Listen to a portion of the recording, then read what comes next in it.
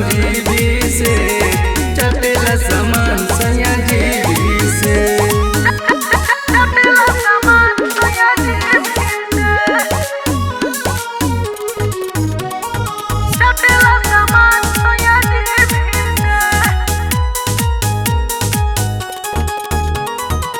बाटे बोलमुआ पतरे पतरे करेला रोजिना खतरे खतरे